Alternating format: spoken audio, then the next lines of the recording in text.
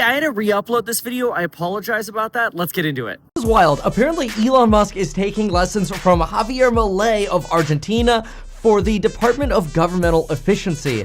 And I have to say, I could not be happier.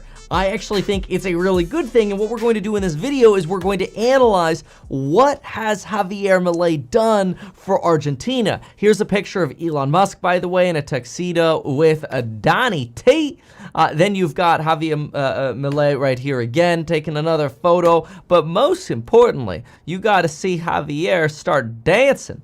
Okay, I don't know if that really matters, but I think the point of it is people really like Javier Milei, and I think it's because his chainsaw strategy has actually started working. So people stand up and cheer for this guy because his cut everything attitude is working. I'm going to show you some numbers here in just a moment, and I want you to see what's going on with voter confidence, because if Elon Musk and Team Trump are taking inspiration from Javier Milei, you might want to know, what are voters going to think about that in the future? How are they going to respond, and are these strategies actually going to work? Well, we're going to review these, and I'm going to give you some research. But first, I think it's funny that you get these memes on X. The meme game has been pretty on point.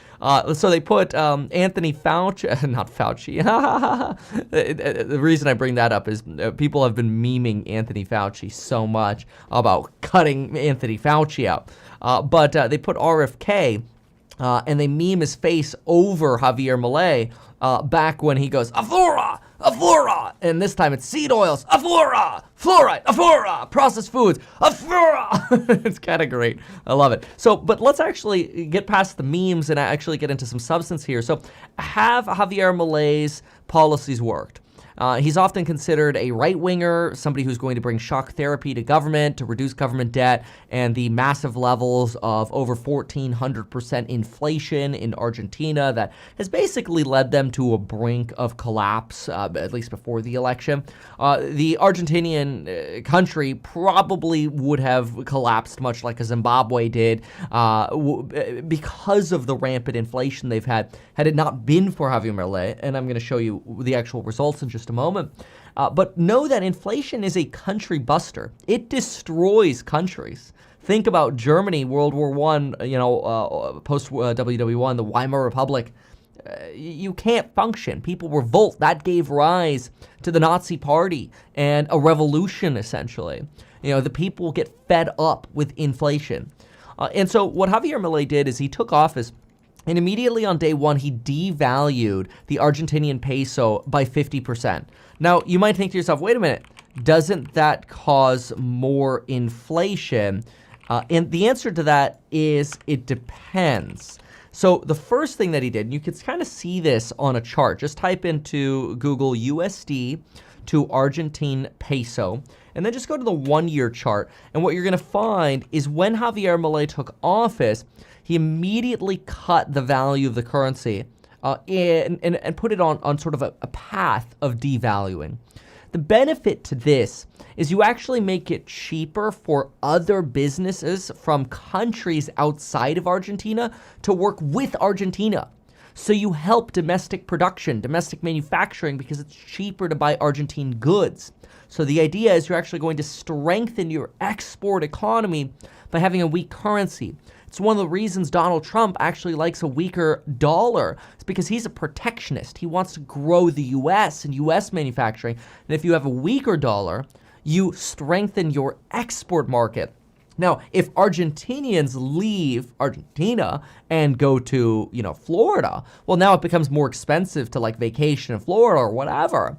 But the whole point is they want to fix Argentina, not Florida right now. So that's one of the reasons you see a devalued currency. Now, that's different from inflation. So here are some things that Javier also did. He slashed subsidies for fuels. He cut government ministries in half, kind of much like DOGE. 50% of government ministries gone. He literally swung the country from a $120 billion, I'm using dollars here, debt, annual sort of budget deficit, right? So, well, let me write that, budget deficit of $120 billion to a surplus of $264.9 billion. Javier Milei then went on to have a surplus in January, February, March, and April of this year, and the trend is continuing. So they are actually making money again because they've cut so much government spending. In the first 8 months in total of 2024, they had a surplus, a budget surplus of 1.5% of GDP. Remember, this all used to be negative. They have reduced public spending by 30%. And while they still have work to do on inflation, inflation is actually starting to plummet. Now look on screen here. Inflation has been plummeting since December of 2023, which is when Javier Milei took office. Now, obviously, you're comparing in 2024 to higher levels in 2023, so you do get a little bit of an easier win on inflation because you're comparing to high comps year over year, but the month-over-month rate is plummeting. In fact, in October, it came in at 2.7%, below expectations. Now, that's still pretty high, 2.9% annualized is still 34.8%. It's still, a pretty high level of inflation, but it's well down from the over 1,000% annualized rate of inflation that you had in Argentina. And what's remarkable is what's going on with presidential approval. Look at this. Usually when somebody takes office, like over here, you see their approval plummet right after they take office from 60% down to the 30s. Over here, you went from about 70% down to about 40. Over here, you went from about 75% down to pretty much immediately under 60%. Over here, you went from as high as 80% after taking office, 65 to 80%, a little over 80%, to a pretty rapid plummet within a year and a half to 2 years, down to about 45% and then straight decline. Javier Milei's is starting to decline, but look how stable it's held around that 57, 56%, 60% level. Pretty stable so far. So people seem to be supporting Javier Milei, and their public debt is expected to fall by 2026 to just 77.9% of GDP, the lowest level seen in years in Argentina.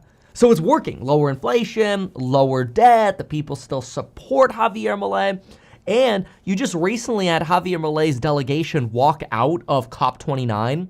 You probably didn't pay attention to that, okay? It's basically the United Nations Climate Change Conference that took place in Baku in Azerbaijan. This is, a country right on the right edge of the Caspian Sea. And they had a climate conference there. And Milei is pretty much just trying to align more with Donald Trump. And so after the first week, Argentina actually sat out the second week of the delegation. They said they decided to withdraw and reevaluate our position, nothing more. Keep in mind that a lot of this has to do with countries supporting the Paris Climate Accords and lowering emissions and supporting green energy and otherwise. And Javier Milei has previously told the UN that they are just a body trying to impose an ideological agenda, and he calls it a woke body without realistic expectations. And so as a result, I think they're trying to send this signal that we are leaving, this COP29 conference.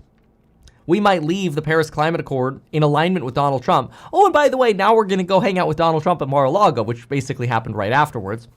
Over at Mar-a-Lago, Milei mentioned that today we have the winds of freedom blowing much stronger and suggested that proof is positive that the forces of heaven are on our side and that Donald Trump has made the greatest political comeback in history, defying the political establishment, even at the risk of his own life.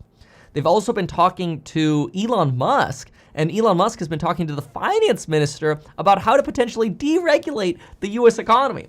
So you've actually got support for Javier Milei in Argentina.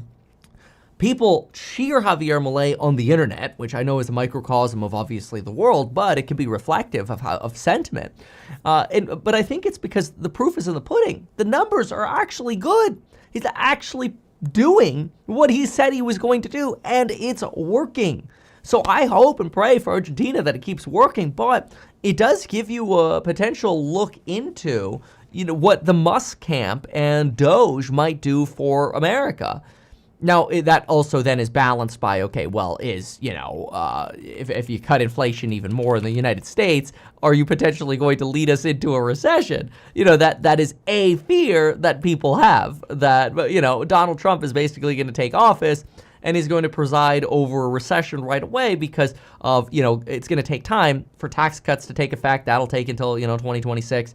Even if they pass something in 2025, the actual economic effect might not be noticed until later. And then, of course, you're going to be in this regulatory environment where you look and go, okay, well, cut regulation, cut jobs. Is that going to have an immediate negative impact when we're already in a position of potential pain for the economy with weakening employment and otherwise? So you'll see that, some people post this, like Michael over here says, Trump will preside over a recession. Few understand this. Like and repost if you agree. Well, we'll see. We'll see. We'll actually be interviewing Michael next week, so we'll get to see what his opinions are. Leave a comment in the, comments down below and let me know what you think about this.